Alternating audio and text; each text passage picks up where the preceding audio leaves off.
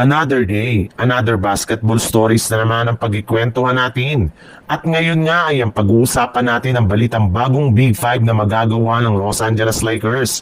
At ang balitang tuloy na nga daw ang trade ng Sacramento Kings sa Golden State Warriors.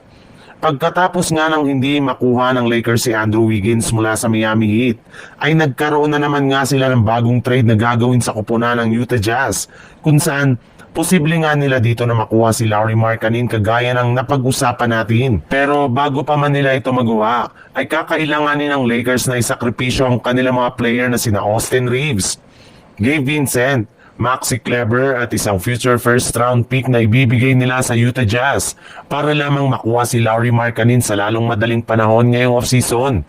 Bale, isang buwan na lang naman nga ang natitira bago magsimula ang mga laro sa NBA, kaya kailangan na nga nilang madaliin, at kung hindi man ay maaari nga nila itong gawin sa darating na trade deadline.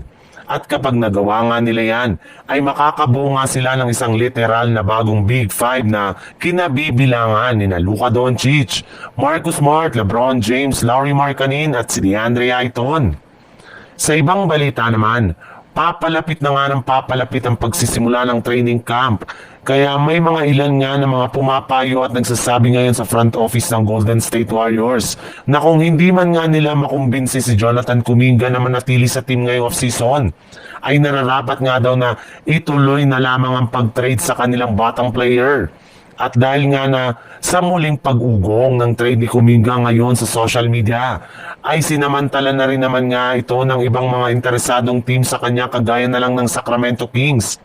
Ayon nga sa ibinulgar na balita ni Shams Charania ng ESPN, bukas pa rin naman nga daw po ang trade offer ng Kings sa Warriors na bubuuin ni Malik Monk bilang kapalit ni Kuminga. Hanggang ngayon nga ay gusto pa rin nga ng Kings na kunin si JK sa isang trade dahil naniniwala nga sila na ito ang pinakasaktong player na magagamit nila bilang kanilang pinakabagong franchise player sa mga susunod na taon.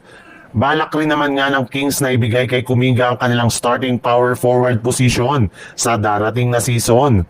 Kaya eto na nga ang isa sa mga dahilan bakit gigil talaga ang kampo ni Kuminga na umalis na sa Warriors.